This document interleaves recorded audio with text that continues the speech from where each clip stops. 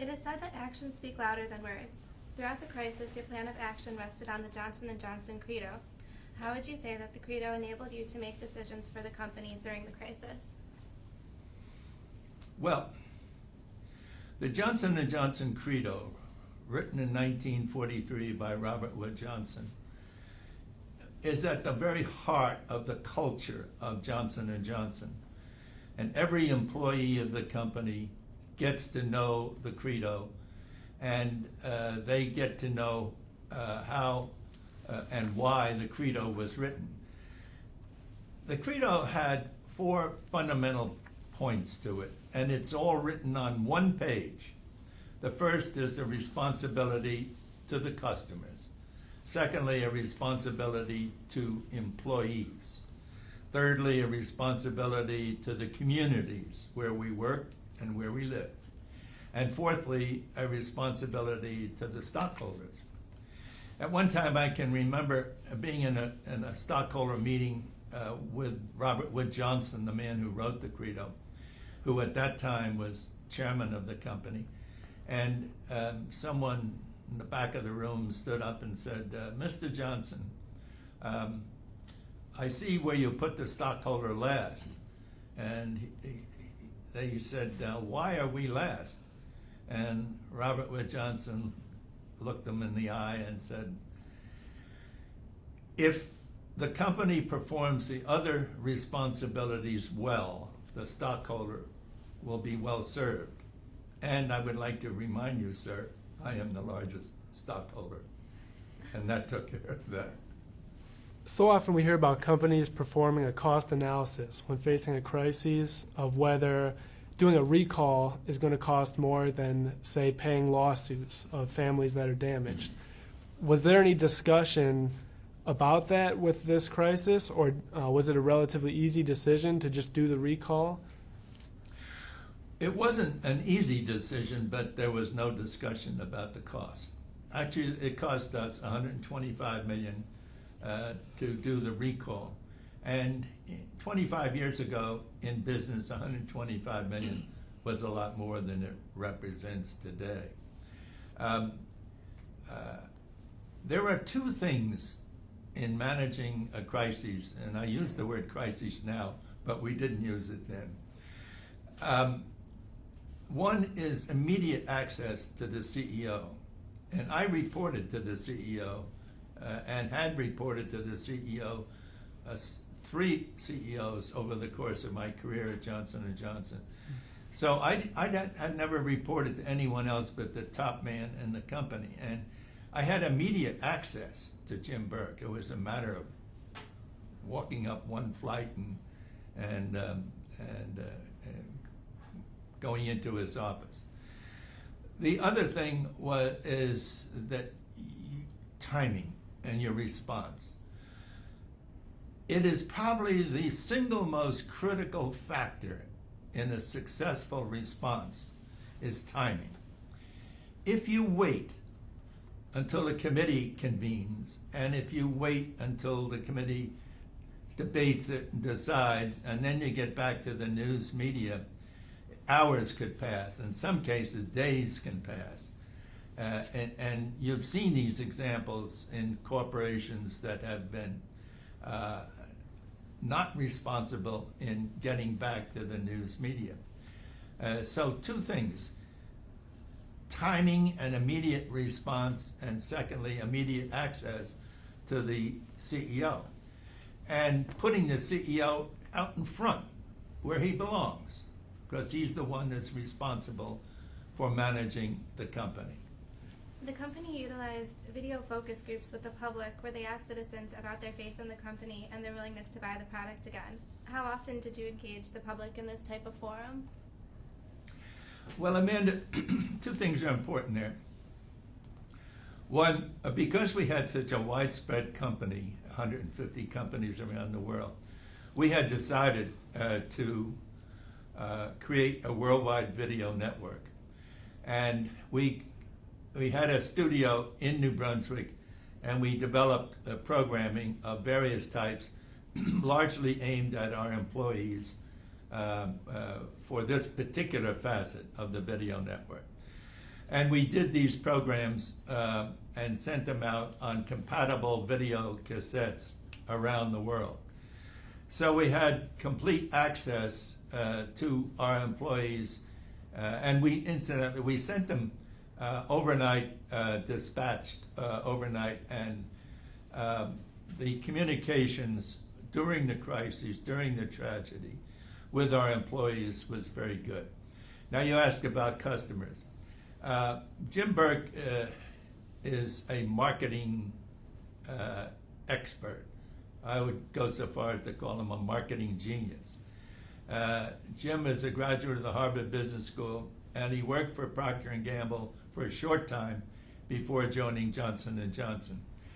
He was very, very sensitive to the reaction of customers.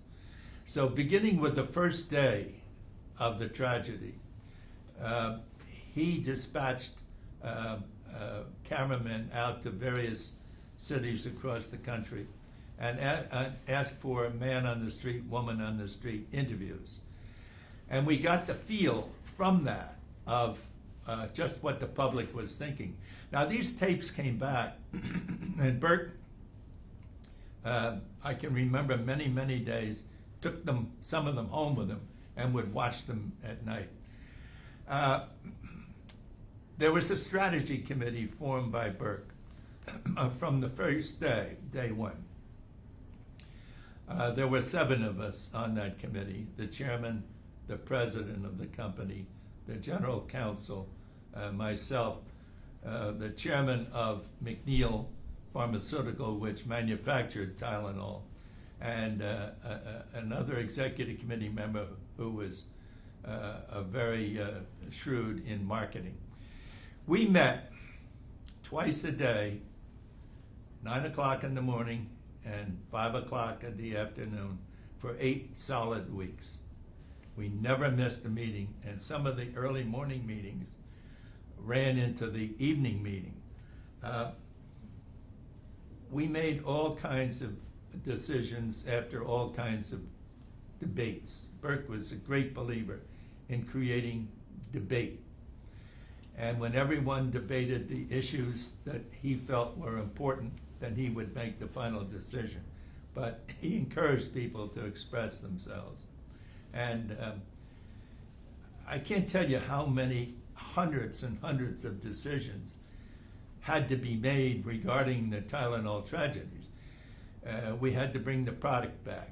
What were we going to do with advertising? How were we going to get the material we needed to convert the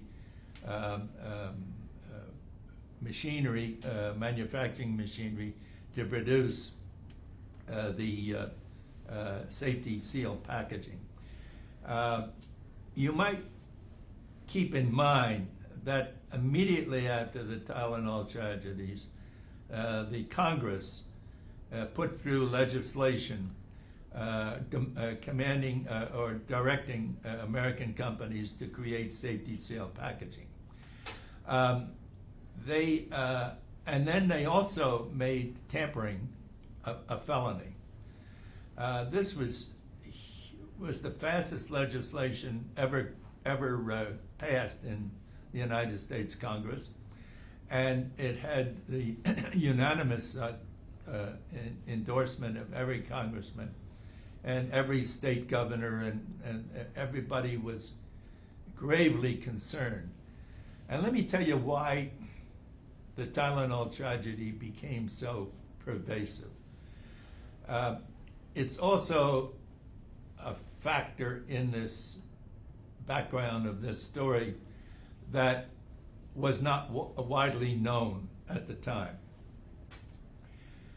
7 people died in Chicago, yes. But in the weeks after the initial deaths were announced, there were some 250 or more deaths around the country where people had ingested Tylenol and died. And there was an immediate suspicion that they were poisoned by cyanide. And Tylenol was in their immediate, was in their possession, either in their pocketbook, in the glove compartment, the car, in the medicine cabinet at home. And the authorities immediately suspected that this was another death from the Tylenol tragedy, which was called at the time the first terrorism act on the American people. And it was also said by the Associated Press reporter in Chicago that it was the first time that terrorism had ever reached into the American home. So while the authorities in Chicago were focusing on who did these 7 heinous crimes, the 250 other deaths were occurring time after time across the country. And in each local city and each local town where there was a death, the authorities were saying, well, we suspect that it might be another Tylenol murder. And this kept going on. And it wasn't until later that we put the pieces of this together and realized why the story remained so strong. Incidentally, the people who smoked and who do smoke have traces of cyanide in their bloodstream. And you cannot determine the toxicological tests that had to be made on the victims, on the death of people who died, could not be done overnight. It took several days to complete the toxicological tests. So the answers weren't immediately available. And so the newspapers and the video and the television stations, et cetera, kept the story alive and multiplied this by 250. Now, these people died of deaths that normally occur. Heart attack, stroke, and other types of, I will call them normal, deaths that people that occur every day in this country. But at the time, the strong suspicion was because of the proximity to having Tylenol in their possession, that they too were part of the a victim of this, what some people thought might be a nationwide terrorism attack. With the families that were linked to the Tylenol murders, even though Tylenol was not to blame, I know they sympathized with the families a lot. What actions did Tylenol take, or Johnson & Johnson take, to help these families? There was a lot of debate about that. We wanted to take stronger action than we did, but we were deterred by the legal counsel from going too far because obviously at the time no one knew who was the cause of it. We wrote letters of condolence to each of the families, and Mr. Burke signed them. But more direct action was discouraged by the legal authorities, and perhaps rightfully so.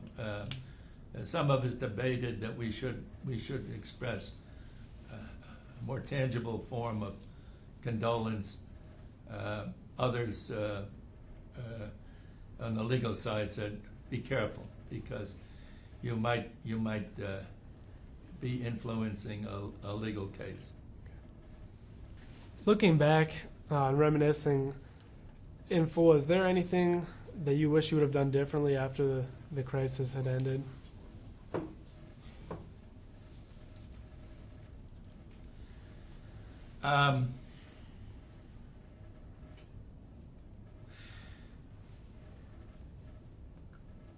There was the only one time that I gave some misinformation to the press inadvertently was when I was asked if there was any Tylenol on the manufacturing site in Pennsylvania where the product was made. And I said no, there was no. Because I had asked that question and I was told no. However, in a research lab on the same site, a different building, there was a small amount of cyanide. And when I realized I had made the mistake, I called the New York Times and I called the AP and told them, frankly, that I had given them the wrong information. And they accepted that and ran it very low in the story, next day's story, about the misinformation. That's one thing I think I would have done differently. There probably were other things, Kevin. Nothing major. Nothing major. We worked day and night for untold amount of time. Days were blurred by when it ended and the next day started. And this went on for weeks and months because we wanted to bring the product back on the market. And you remember, or you may not, but we were able to bring the product back on the market almost less than 3 months later. We were told by, we had quickly designed triple safety seal packaging. And the safety seals began with the glued top to the box, and then there was a red plastic neck around the top of the bottle, which sealed it. And then when you got that open, you had to puncture a foil top on the bottle. But getting that manufactured, we were told, you know, this could take a year or two. It was amazing. The people, the companies throughout the country who manufacture machinery and help create these methods of doing this did an absolutely fantastic job of cooperating with us. And in what was supposed to be months turned out to be weeks or days. And we were able to get the product back on the market within by December. And I might add, 1 year later, the product was selling better than it had at the time of the tragedy. At the time of the tragedy, Tylenol was a $400 million business. Overnight, the bottom dropped out of the business. We recalled 31 million bottles of Tylenol, and each bottle was tested. Interestingly enough, it turned out that 2 bottles contained cyanide. So by the recall, we saved some lives. And that was the recall that cost $125 million. But it was, it took a lot of time to get all those bottles back. In the meantime, our advertising campaign, well, immediately, obviously, on the murders, the first murders, all advertising stopped. One doesn't advertise a painkiller and then on the same newscast tell about murder. But we began a series of campaigns that said, trust us. We don't know what the answer is to this tragedy, but trust us. And as soon as we find out what it is, we will tell you. And then we went on with a different series of advertising, and we actually gave them coupons to buy the new product, Caplets, which, actually, the first time the coupons were for extra strength capsules in triple safety seal packaging, which we thought was foolproof, and the government thought was foolproof. Let me ask a couple things, and Sure. feel free to expound on these because these are kind of like broader-based type questions. Before I ask a broad one, I got a real narrow one because I've had opportunity to talk to other people that have been in crisis situations, like the general in charge of the Air Force at the Pentagon on September 11th. Where were you when you first heard the news about the first poisoning? From whom did you hear it? What went through your mind? What was your initial reaction in that situation? Well, actually, I was home when I first heard it, and it was about 10 or 11 o'clock in the morning, and I had taken some time off. I was writing the history of the company. The first book I wrote was on the history of Johnson & Johnson, and the second was the biography of Robert Wood Johnson. But I got a call from one of my staff members and said, we have had a call from the Chicago Sun-Times. Interestingly enough, the Chicago Sun-Times, the first call, they didn't have the details of the murder, but they asked about the product. They wanted to know when the product was introduced and a lot of questions. And I had planned to go in that morning about 10 or 11, and I got there maybe 45 minutes after I heard that there was this inquiry, and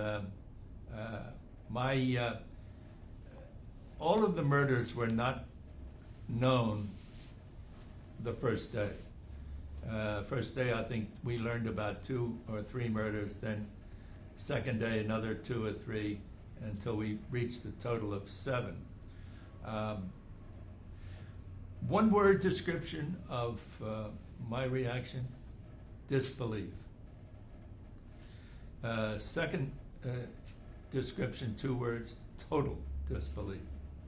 I just could not believe. And I think that describes how many in the company felt that our product could have been used as a murder weapon.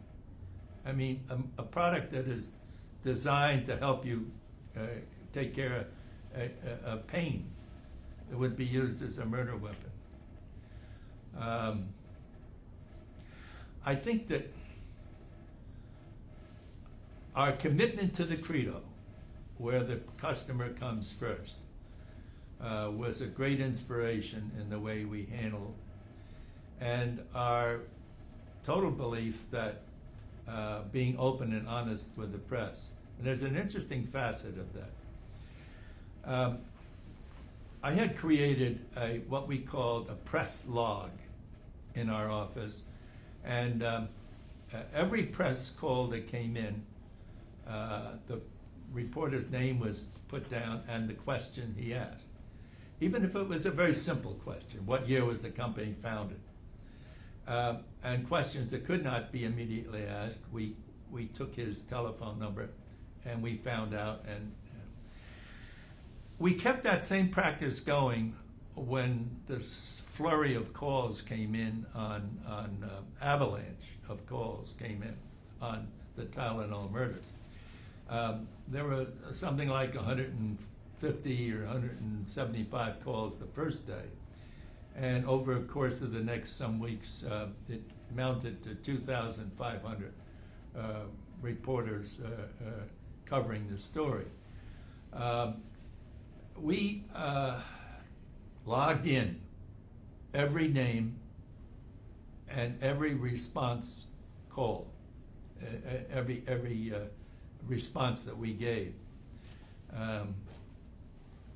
Some of them we didn't know the information until maybe 2 or 3 in the morning, and I was delighted to be able to call a reporter at 2 or 3 in the morning and get back at him for having called me at 2 or 3 in the morning so many times. I sensed very, very early that the reporters, both newscasters, print reporters, television, radio, I sensed very, very early that they thought that Johnson & Johnson was a victim and that we would be cast as a victim. And this was very important. To be cast as a victim and not a villain in a situation like this was critically important. And we built on that by being cooperative and open. And the other thing, Jim Burke kept reminding us, by being open with the press, we were able to keep the American public informed. And you have to remember, we were not sure that there wasn't cyanide in bottles of Tylenol on the West Coast or anywhere in the country. We could not be sure of that. But by keeping reporters informed and being very cooperative with them, we were able to keep the public informed. And that was another way of serving the customer, keeping them informed via the media. Mm-hmm. You were there for about 25 years when this tragedy took place. Mm-hmm. Robert Wood Johnson, decades at the helm of the company. You and James Burke had known each other for many years prior to that. Steady at the helm, perhaps type of a management mindset. Did that contribute to the ability for people to see things together in those strategy committee sessions? And isn't there a certain constancy that seems to be missing in a lot of American business today, that you know, other companies wouldn't react as well because they don't have that steadiness and that consistency? I think you're absolutely right, John. Johnson & Johnson was the kind of company that attracted quality people, and they made it very worthwhile their while to stay. And so having long-term employees and long-term management was not unusual. It was more the the rule more than the exception. I think that one of the problems of American business today is that there is a greed factor that seems to dominate so many decisions. Robert Wood Johnson took care of his people very well. The stock grants were generous. The stock grew by leaps and bounds. And he also, and each of the chairmen that I worked for, Philip Hoffman, Richard Sellers, and Jim Burke, gave their people a lot of latitude. People who have ability like to make decisions. They like to run things. And they don't like to be told every step of the way what to do and how to do it. So they gave people the authority to manage, and they kept the greed factor out of it. They neutralized it by taking very good care of their people and by challenging them to build something bigger. Not just money, but careers. And we all have a sense of wanting to be a part of something important. And if you had the chance to build on something important, a department, a company, it was an incentive. Johnson & Johnson let the FBI and the other people investigating the Tylenol tragedies into the factory at Fort Washington and into the one at Round Rock, Texas, when they were examining. Immediately. Yet there was a degree of openness about that and a degree of, yes, we're going to cooperate with everybody possible. Was that a unanimous decision? I mean, did the legal counsel stand up and say? No, unanimous. You have to remember, we were still in a state of disbelief that anything like this could happen. And you also have to remember that while there were many copycat crimes that came up in this country in the months and years following the first Tylenol tragedy, there had never been anything of the magnitude of the murders. And people still can't figure out in their minds.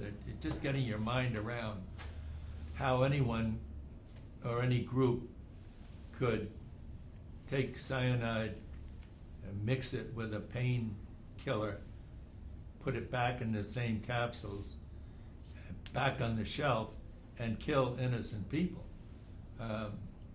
It's disbelief is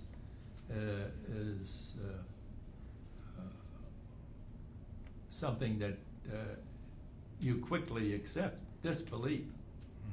Yeah. On September 11th, 2001, when you heard the news about that, and then you heard the news that they were grounding all the airlines all over the country, did your mind roll back to September 30th, 1982?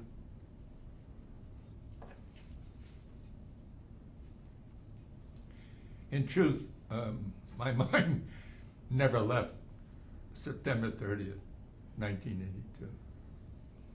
And you remember in 1986, there was another murder in Westchester County, New York. One woman died having ingested cyanide in an extra strength capsule. The problem there was the authorities in Westchester County could not figure out how the murderer got invaded the extra strength, the safety seal packaging. And they looked it over and looked it over and looked it over, and finally sent it to the FBI lab in Washington. And the FBI figured out how it was done. I won't give you details, but I can tell you they managed to cut through the bottom of the plastic container, bottle, remove the capsules, put the cyanide capsule in, and they managed to get the piece back in the bottle and get it on the shelf so it was undetectable. In other words, you didn't have to go through any of the safety seals at the top of the bottle. When this happened 4 years later, we just didn't believe that it could possibly happen again. The strategy committee met again. A copy of the credo was on the center of the table. And we